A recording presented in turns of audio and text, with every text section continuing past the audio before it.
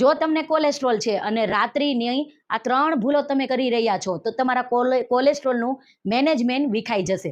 જેમ કે ઘણા બધા લોકો કોલેસ્ટ્રોલને મેનેજ કરવા માટે પૂરા દિવસની અંદર ઘણી બધી એવી ખાવા પીવાની આદતોને ફોલો કરતા હોય, પણ રાત્રે આ 3 ભૂલ એના કોલેસ્ટ્રોલને મેનેજ નથી કરવા દેતું. પહેલું, મોડી રાતે ખાવું અને વધારે કેલરીવાળું ખાવું.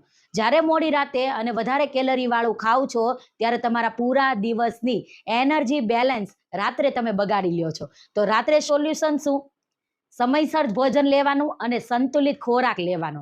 બીજું, રાત્રે ટીવી જોતા જોતા પેકેટવાળા ફૂલ, મીઠાઈ, બિસ્કિટ, ચાય, કોફી આવું લઈ લેવું. તો જ્યારે તમે આવું ફૂડ કોઈ પણ લ્યો છો ત્યારે એક તો sugar, refined oil, saturated fat અને વધારે કેલરી તમારા શરીરની અંદર જશે. એમાં શું બદલાવ કરવો? જ્યારે પણ તમે ટીવી જોવો છો તો યોગ્ય વિકલ્પ પસંદ કરવો. અને ત્રીજું, સૌથી ઇઝી અને થોડુંક અઘરું, એને કહેવાય કે રાતે મોડી રાત સુધી જાગવું. જો તમારી સ્લીપ રૂટીન ખોરવાઈ જશે તો એનર્જી ડાઉન થશે, ભૂખ અને ક્રેવિંગ વધશે, સાથે મેટાબોલિઝમ સ્લો થશે, ચયાપચયની ક્રિયા સ્લો થશે.